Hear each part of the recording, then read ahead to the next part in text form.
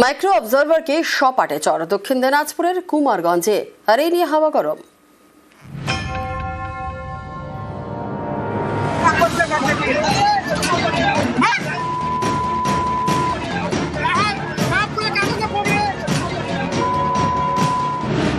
দক্ষিণ দিনাজপুরের কুমারগঞ্জের BDO office চত্বরে তখন এসআইআর এর শুনানি চলছিল।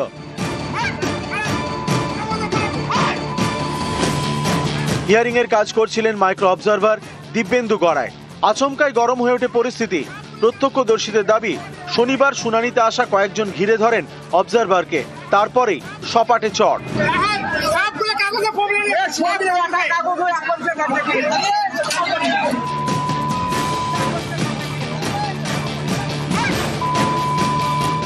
দক্ষিণ দিনাজপুরের পুলিশ সুপারকে মেল করে অভিযোগ জানিয়েছেন আক্রান্ত মাইক্রো অবজারভার।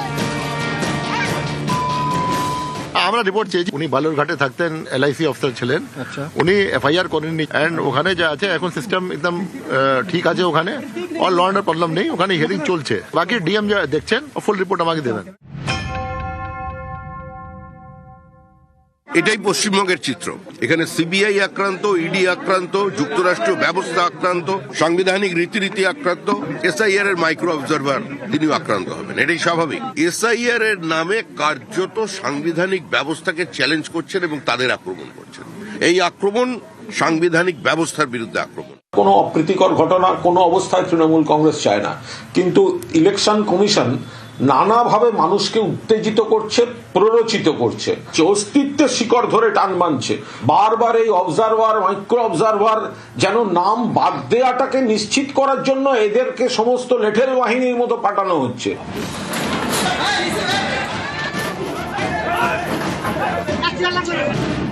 এর আগে 14 জানুয়ারি মুর্শিদাবাদের ফরাক্কা বিডিও অফিসে তুলকালাম হয়। এসআইআর শুনানিতে হয়রানির অভিযোগে চলে তাণ্ডব ভাঙচুর।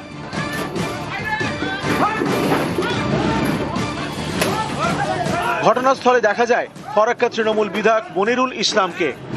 বিজেপির অভিযোগ, তৃণমূল বিধায়কের নেতৃত্বেই বিডিও অফিসে হামলা চলে। এই নিয়ে ফরাক্কা থানায় অভিযোগ জানিয়েছে তারা। এই ঘটনায় বেশ কয়েকজনকে গ্রেপ্তারও করা হয়েছে, কিন্তু তৃণমূল বিধায়ক মনিরুল ইসলামের বিরুদ্ধে কেন কোনো ব্যবস্থা নিচ্ছে না পুলিশ? নির্বাচন কমিশনের নির্দেশের পরেও জেলা শাসক কেন তৃণমূল বিধায়কের বিরুদ্ধে এখন এফআইআর করেননি, প্রশ্ন বিজেপির। এটা তো করছেন পশ্চিমবঙ্গ রাজ্য সরকার। মনিরুল ইসলাম কে? শুধু নিমিত্ত মাত্র। তৃণমূল কংগ্রেসের যে এজেন্ডা, সরকারি এজেন্ডা, সেই এজেন্ডাকেই ফুলফিল করবার জন্য সবাই কাজ করছে। মনিরুল তাদের মধ্যে একজন। এবার সংবিধানের রক্ষাকর্তা যারা, এই প্রশ্নটা ইসিকে গিয়ে করলো, কেন তারা করছে না? বিজেপির নেতাদের বলতে লজ্জা করে না? আপনারা ভোটারের লিস্ট থেকে বাদের পরিস্থিতি তৈরি করে, অস্তিত্বের সংকট তৈরি করে দিয়ে আপনারা লক্ষ্যে পেয়েছেন। সারা বাংলায় তৃণমূল কংগ্রেস মানুষের পাশে দাঁড়িয়ে উত্তেজনা প্রশমন করে প্রত্যেককে তার নথিপত্র সমস্ত ঠান্ডা মাথায় পেশ করার জন্য সহযোগিতা করছে। এখানে কোথায় কোন বিচ্ছিন্ন ঘটনা ঘটলো তাই নিয়ে রাজনীতি করতে লজ্জা করছে না?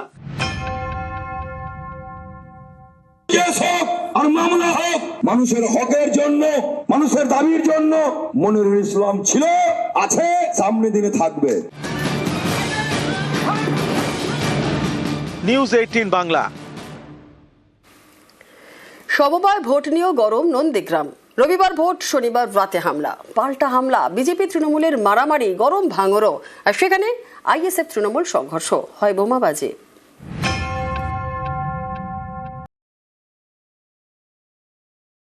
রবিবার এখানে রানীচক সমবায় কৃষি উন্নয়ন সমিতির ভোট। এই ভোট ঘিরে শনিবার রাতে তুলকালাম, বিজেপি তৃণমূল সংঘর্ষ, হামলা, পাল্টা হামলা, ভাঙচুর চালানো হয় একাধিক বাড়িতে। দুপক্ষের বেশ কয়েকজন আহত হন, মাথা ফাটে। আহতদের নিয়ে যাওয়া হয় নন্দীগ্রাম সুপার স্পেশালিটি হাসপাতালে। এই অশান্তিতে দুপক্ষই একে অন্যের বিরুদ্ধে সুর চড়িয়েছে।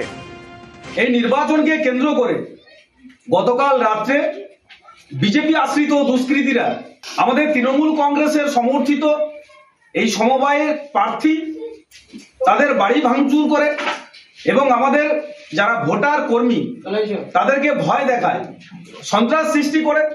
এই খবর পেয়ে যখন আমাদের কর্মীরা সেখানে পৌঁছায়, সেখানে এই কর্মীদের উপর অতর্কিতে লাঠিচার্জ করে ওখানে রড দিয়ে কারোর মাথা ফাটিয়ে দেয়, কারোর পিঠ ফাটিয়ে দেয়।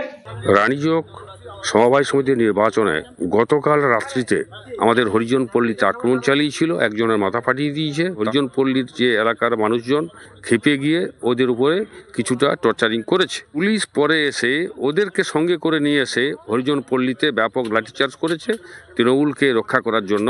তৃণমূলকে যাতে সুস্থভাবে নির্বাচনে জিততে পারে তার সাহায্য পুলিশই করে দিয়েছেন, কিন্তু পারবে না।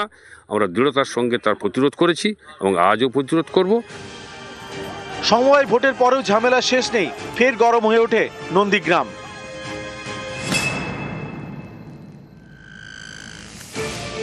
দক্ষিণ 24 পরগনার ভাঙড়।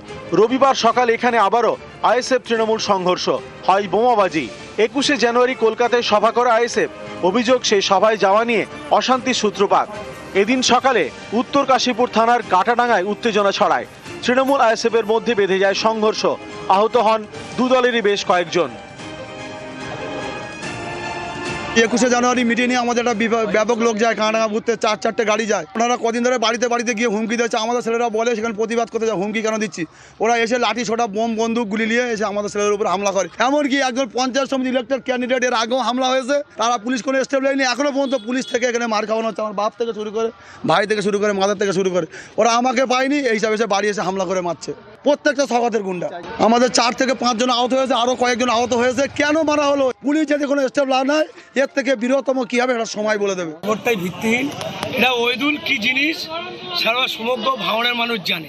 ওইদুলের কাজ হচ্ছে মিথ্যাচার করা, এই শান্ত ভাঙড়কে অশান্ত করার চেষ্টা করা। ওনার বাড়িতে বোমপিং করে আমাদের দলের কিছু ব্যক্তিদের উপর চাপিয়ে দেওয়ার চেষ্টা করছে। পুলিশ তদন্ত করছে, সঠিক তদন্ত করে তার পদক্ষেপ কলকাতা পুলিশ নিশ্চয়ই নেবেন।